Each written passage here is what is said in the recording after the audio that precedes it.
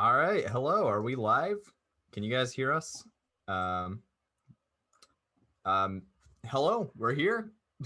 Meet No, number five. Whoa. Meet no, number it's five and still six. showing FLL. Huh.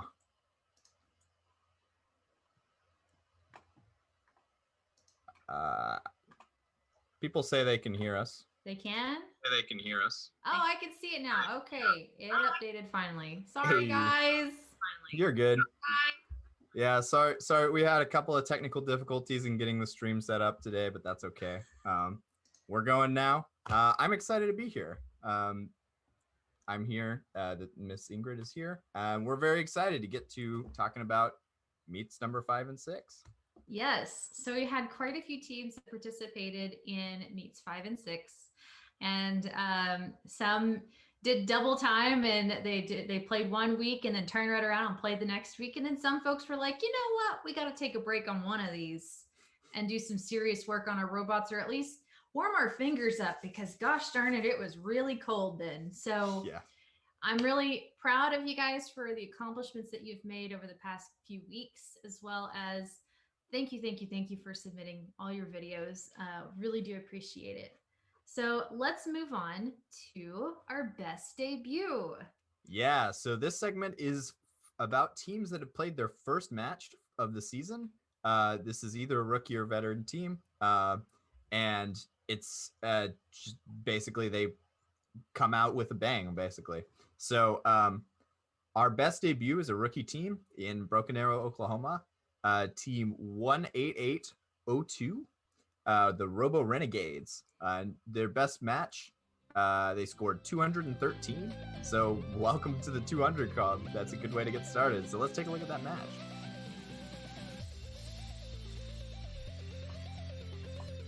What I rather enjoy about this team is they created their own field out of cardboard boxes. I always find that very intriguing to see how well these fields are put together with cardboard. It works just fine and it looks very nice in there. But I thought it was quite unique that right off the bat they hit all three of their power shots in autonomous. They didn't get the wobble goals put into the correct drop zones, but they went for some pretty cool shots to start off with. Yeah, for sure.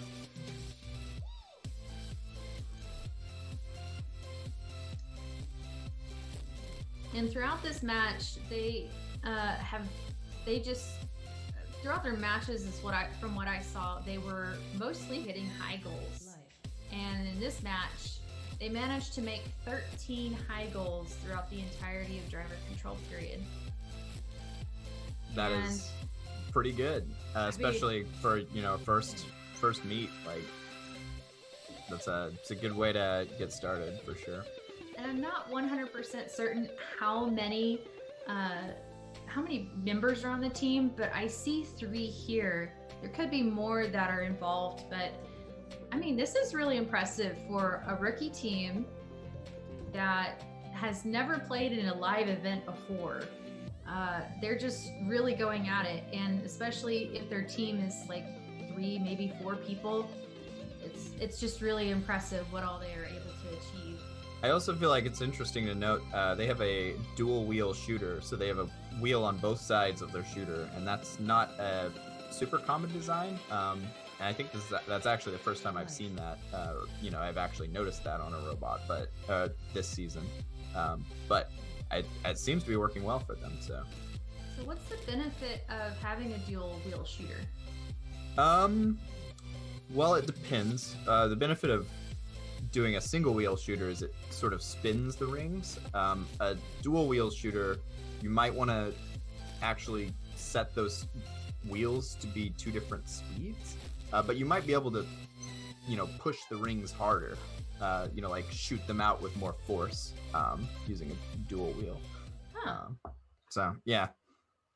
Learn something new every day, and they looks like polished that off with 3 power shots as well. So really impressive. Yeah, that's a very good match. So next we're gonna take a look at the best improved team. Oh, actually, we can. Yeah. we're going to take a look at the best improved team. Team who most improved on their score, strategy, and robot design since the previous league meet.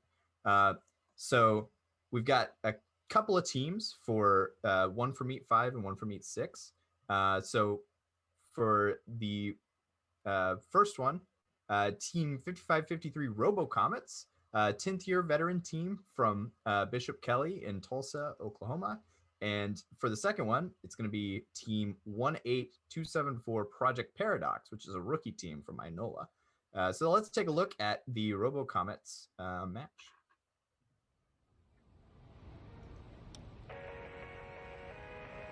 So for the Robo Comets, their average score during Meet 4 was 106 with a max score of 127.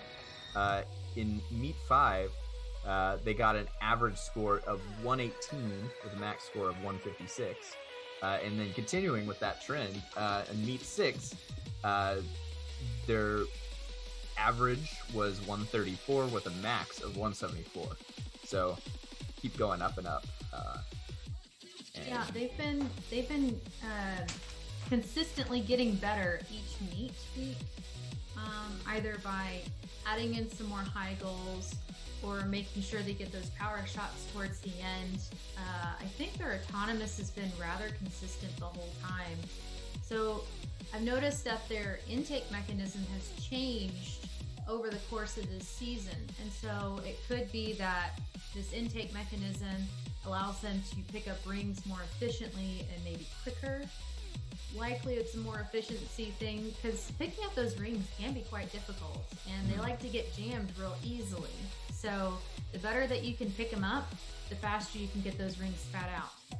And I will say, after the last match we watched, I said that a dual wheel shooter is not something that I've seen super commonly, but they have one as well. Huh. Well, it must be becoming common now, maybe. Yeah, or maybe I wasn't paying very close attention before. Oh, Kyler, shame on you. Yeah, well, it seems to work pretty well as a design. So that intake is really interesting, though. It's just it kind of closes in. It kind of looks like an insect's little pinchers or something. Oh yeah, they're. Is it called mandibles, I think? Yeah, basically it's like trying to eat the rings and trying to Scooby-Doo them in, I guess. Yeah. So they're pretty consistent when it comes to in-game. They make sure that they try to get both wobble goals into the drop zone. And it looks like they have a pretty effective gripper for that to grab those wobble goals with. It looks like it's a 3D printed part. Yeah, it's been interesting to see how different teams have gone about grabbing those wobble goals. It's an interesting challenge. And to polish it off, going for one those power shot. Very good, very good. Yeah, it's let's now let's take a look at Project Paradox's match. So their average score during League Meet 4 was 132 with a max of 180. In Meet 5, they upped their average to 153 with a max of 188. And then for Meet number 6, their average score was 197 and their max score was 222.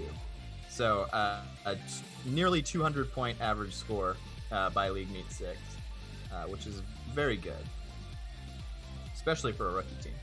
Mm-hmm. That wobble goal is just flying around the field. Yeah. I was really hoping it would land there in the correct target zone, but you know, they have a mind of their own. Yeah, they do that. They kind of wobble around. I mean, they are wobble goals. That's They wibble and they wobble and they won't. Well, they do fall over. They fall over an awful lot.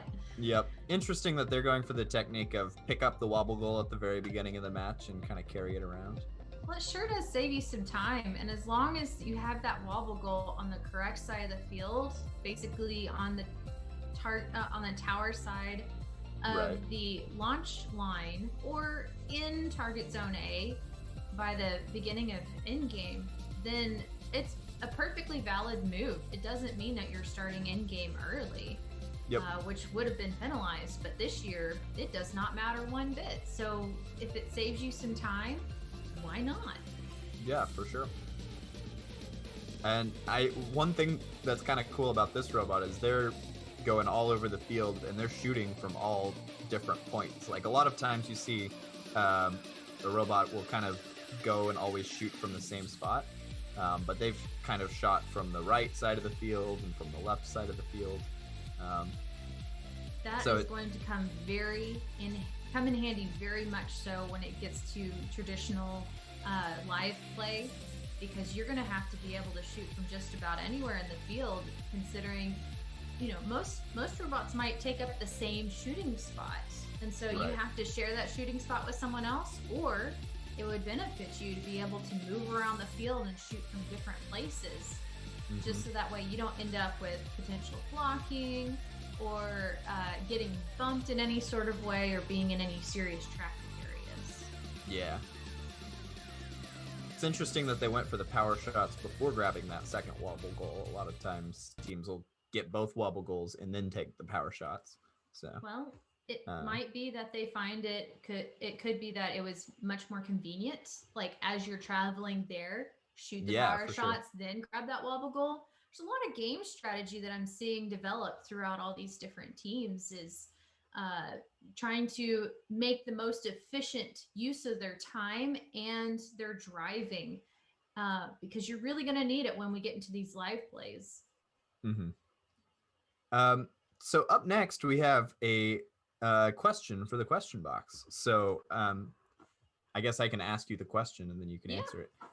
So if a robot picks up 4 rings and moves with them, but does not use that ring, is that a controlling penalty? That is most definitely a controlling penalty. Controlling can even be if you get a ring stuck underneath you, like you just cannot get that ring to come out from underneath your wheels or chassis, or if it gets stuck on top of your robot for whatever reason. That's all controlling. Now, where it becomes, oh my gosh, we sucked up 4 rings. Oh no. And you spit that 4th ring back out immediately and it goes back onto the floor. It's fine. We're not going to call controlling on it because it was an accident that you sucked it up. But we are always looking at the intent of the robot, particularly when it comes to that controlling rule. And it's such a tricky rule. So the intent of the robot is what we're looking for. If you're going over to intentionally suck up a 4th ring to keep another robot from getting to it, I might have to call controlling on that. But if it looks pretty obvious that there were a couple of rings there and you're trying to get your 3rd ring and oh my gosh, we sucked up a 4th one. Oh, and then you just spit it right back out. No harm, no foul. You're okay. Move on with life. You're not going to get a penalty for it. Sounds good. Yeah, you got to watch out for those controlling penalties. It always sucks to get a ring stuck somewhere that you can't get it out. And then, that's part of the game. It's part of the game. But up next, we've got our highlight reel. So we're going to show you some of the best shots, actions, and saves by every robot that has submitted videos. So let's take a look.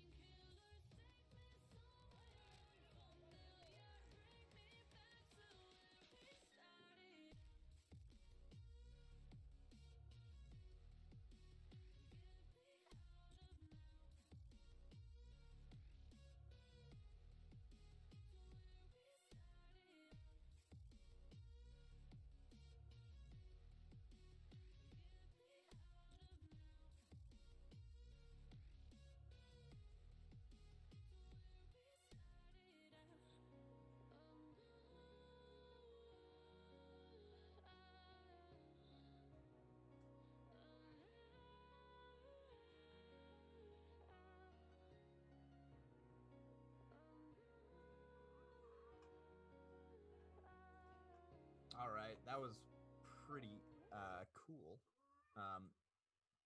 There were several really interesting changes that I saw in the robots since the last highlight reel. So if you're looking really closely, a lot of robots look pretty different now than they did last time. So looking forward to seeing, continued. I'm hearing that audio is very quiet in the chat. Chris is working on it right now. Yeah, we got that. But I'm just going to keep talking until the audio gets fixed, because you won't really know if it doesn't. But here it's good now. All right, cool. So awesome. Very exciting to see some of the updated robots, and I'm looking forward to seeing you guys in some in-person events. So, but now I think it's time for what you guys are all here for, some of the top scores. So let's see who racked up some of the most points this week. We'll break it down into top autonomous, teleop, and overall match. So for Meet 5, we actually have a lot of these because we're going Meet 5 and Meet 6. So Meet 5, the top score goes to Team 10641 Atomic Gears for the third time this season with a total of 271 points. That is incredible. So let's take a look at that.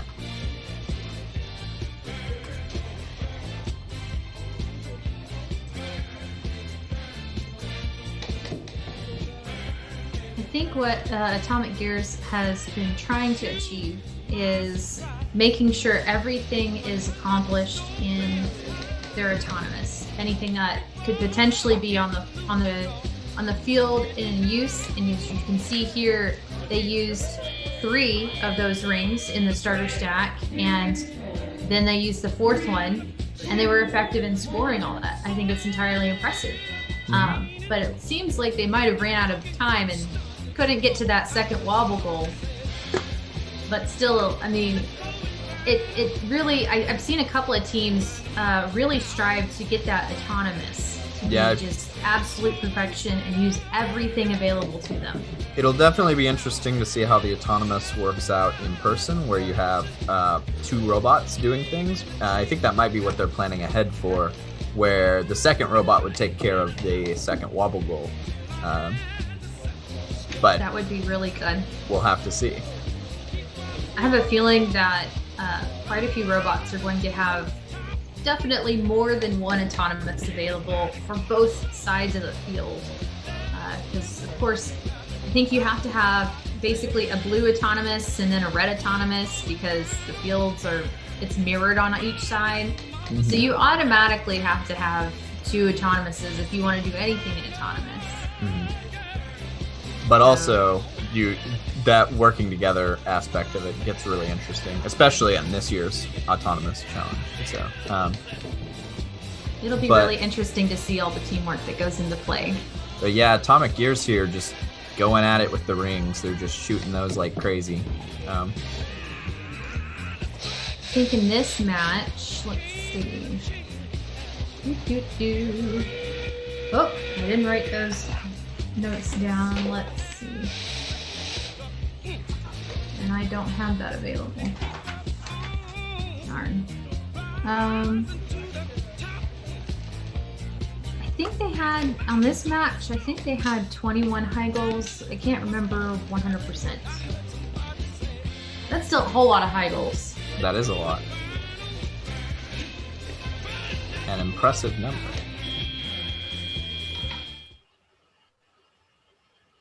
And they got those power shots at the end. Those are very valuable. Yes. So we're going to take a look now at top autonomous for Meet 6. So that actually goes to Team 10355 Project Peacock with 74 points in autonomous. And that's their third time in that top autonomous spot. Let's take a look. I think Project Peacock has also been one of those teams that is really striving to use everything in autonomous to the best of their abilities. And here they have a starter stack with only one ring for target zone B, but as you can see here, they're shooting their first 3 rings, turn right around, suck up this starter stack ring, spin around like a carousel, and use it to hit a power shot. That's a very good strategy. It's just, use everything you've got. So, yeah, and then our top driver control match for meet number 6 was a driver control period with 211 points. And for the second time this season, it's... for the second time this season, this team has gotten top driver control. Gotcha. And yeah. As well as they have the top overall score for this particular league meet. And it now takes place with the highest score we have in Oklahoma right now of 282 points. And it's taken by the Midnight Ostrich Runners. Now, unfortunately, I don't have a video of the Midnight Ostrich Runners. They were quite busy last weekend. They help out with our first LEGO League, help running their qualifiers. And so last weekend was first LEGO League Challenges state event. And so they were pretty busy last weekend. But, they still turned out with quite a lot of points. That was their match 4. They had an autonomous with 3 high goals, 2 wobble goals that were completely in their target zone, and the robot navigated on the launch line. So pretty good, strong autonomous. And then they had a driver control period with 211 points. This is where I was thinking the number 21. They had 21 high goals, and then in game they had 3 power shots and 2 wobble goals in the drop zone. I mean, they've been busy bees, and here they go. Not only helping out other parts of our first organization, they're just taking it out, man. They're almost so close to 300. Come on. I'm hoping to break 300 sometime this season. Show me what you got, teams. That's really awesome. Yeah, I'm thinking that when we get 2 of these teams together, we're going to end up with some really, really high scores. So I'm very, very excited for some of these in-person events. So to wrap this up, we have our rankings with Travis. So take it away. Hey, everyone. Thank you. Thanks, Ingrid and Kyler and Chris Hazen working behind the scenes here. I've got some rankings to show you. I think we're just going to go through. I'll show you the statewide ones first here. If I can find them on my screen. Does this say Oklahoma Statewide League on it? It looks like it does. Yep. Okay, so we're good. All right, so statewide standings. These don't really matter going to the leagues overall. This just kind of shows you kind of a follow-up on what we're talking about right there. If you ranked all the teams in the state together, what would they look like? And looks like Atomic Gears, Midnight Ostrich Runners, Lightsabers, Project Paradox, Team Medusa, Cybernetics all up top. Top 10 finishing that out would be Project Peacock, the Robo Renegades, the Robo Comics, and Black Box. We have 8 of those teams. Actually, I'm going to sort by top score. Looks like we have 1, 2, 3. Is that right? 1, 2, 3, 4, 5, 6, 7, 8 teams over 100. So that's pretty impressive. 8 teams in that 200 club. Woo, woo, yeah, woo. 8 teams in the 200 club, and a few more that are over 150. Quite a few over 100 as well. 22 teams over 100, in fact, for a top score. So that's significant. When you're talking about looking ahead to these league tournaments and how things are going to play out. We've got a lot of pretty good teams going forward with good robots, and then I even expect some latecomers here. I know there's a lot of teams that are working late. I mean, heck, we just saw a rookie debuting this last week who threw up a 200 themselves. So pretty impressive stuff. I did want to mention we've had 40 teams compete this year, at least once. That's down from what we've had in last year, but that's a pretty good number for a year where we're all fighting all the struggles that everybody has had. And so great job to everyone who has managed to put together a robot and do anything at all, really. Okay, so we're going to cycle through real fast the standings for the individual leagues. Coming up this weekend on Saturday, tune in here. We're going to be broadcasting, and some of us will be live in person at the Mars League Championship, the Mars League tournament. That is in Mustang. I knew it was like, okay, Mustang or Newcastle? What's in Mustang? Mustang.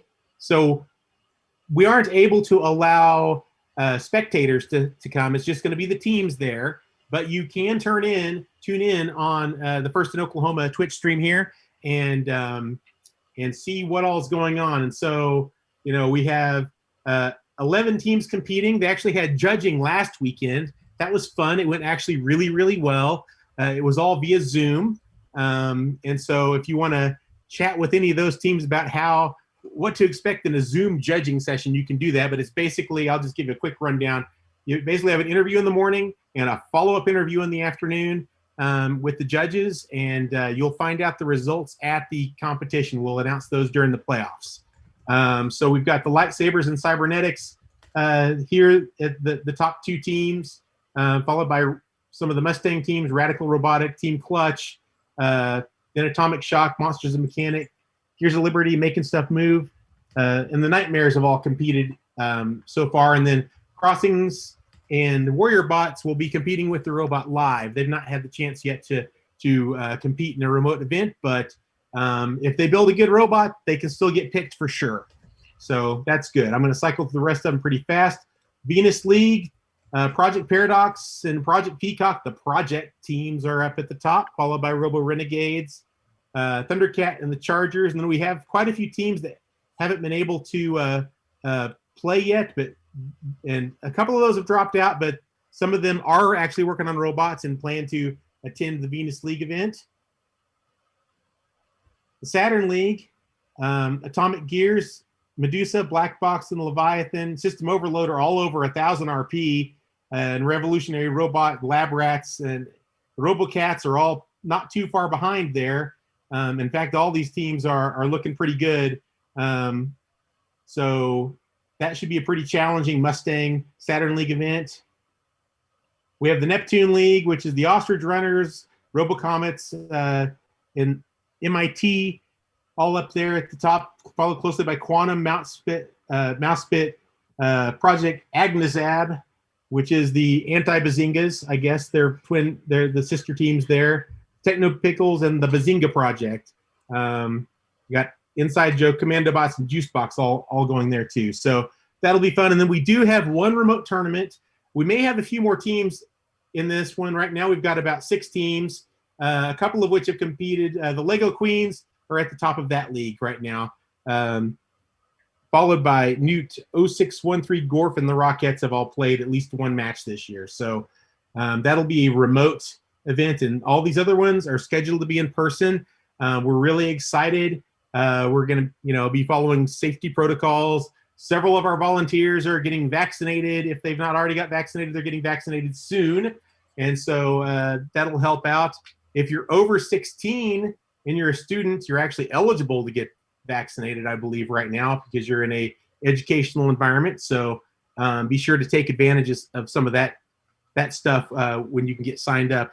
And we'll hopefully get back to normal for next year, because this is the last year we want to do fully remote events, I think. Would you all agree? I mean, we've learned some really cool stuff and done a lot of interesting things to make this season special. But to do this full-blown all over again, let's not. Yeah, I'm looking forward to a normal season next year. Hopefully, we'll see. But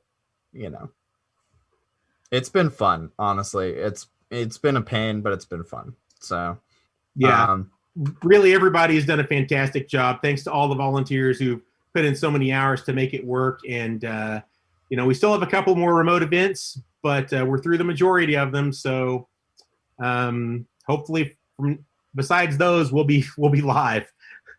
Thank you all. All right, thank you, Travis. So we have one announcement for going into these in-person tournaments, or even just any of the tournaments in general that we're going into. We do have required drivers meetings to attend. It's a required drivers meeting. And so, for example, like if you are going to compete in the Mars one this Saturday, you are required to attend this one. Only teams that are going to Mars are required to attend this drivers meeting. If you are attending Neptune, you go to the Neptune meeting. And it's the Friday before you compete. So it'll be on Zoom at 7 p.m. And so we will have, just like a normal drivers meeting, you do need to have 1 or 2 representatives from your team to come, or your whole team, because now you're virtual. You can have your whole team there. Not a big deal. Have some questions ready, because I don't want to hear crickets. I want to hope that you guys are thinking through some of these rules and I bet you need some guidance on some of these, because it's going to be a little bit different on your gameplay. And this will be over traditional rules, not remote rules, traditional rules. And then we are going to, so I'll discuss some of the differences between remote and traditional. We'll move on to questions. And then we will follow up, finish it off with a Kahoots. And I'm looking forward to this. I'm looking forward to seeing how much knowledge you guys have read and learned from our meeting. And also to see how competitive you are in a Kahoots game. I hear it's a hoot to play. So please make sure you join in. And, there just might possibly be a prize for the winner of Kahoots. I don't know. We'll figure it out as we go along. So I do want to say a special thanks to all of our volunteers that watched our matches throughout meets 5 and 6. That would be Melinda Taylor, Brian Newmeyer, Melissa Hatfield, Caitlin Schrick, Lyndon Crouch, Raymond Waldrop, and Emily Othon. All of you are so helpful in getting all these matches watched and audited, and in pulling out some clips for me to put into the highlight reel and to talk about. And even just saying, oh my gosh, you need to check out this particular team because they did something different than they have in the past. And so I really do appreciate all the help that they've done, because otherwise that's a heck of a lot of time to be watching all these matches. So thank you, thank you, thank you. And also thank you so much to Chris Hazen behind the scenes, running all the technology stuff, because I'm pretty sure I'd pull all my hair out by tonight because of all the technology stuff that's been going on. So thank you for taking care of that and being really awesome with that. And thanks to our audience for being patient with us this evening. And thank you, Kyler, for being awesome and getting on here and chatting about robots, because it's super fun. Yeah, and thank you, Miss Ingrid, for everything that you do for robotics. So it's been a blast, guys. Thank you so much for watching, and have a good night, everyone. All right. Good night, everyone.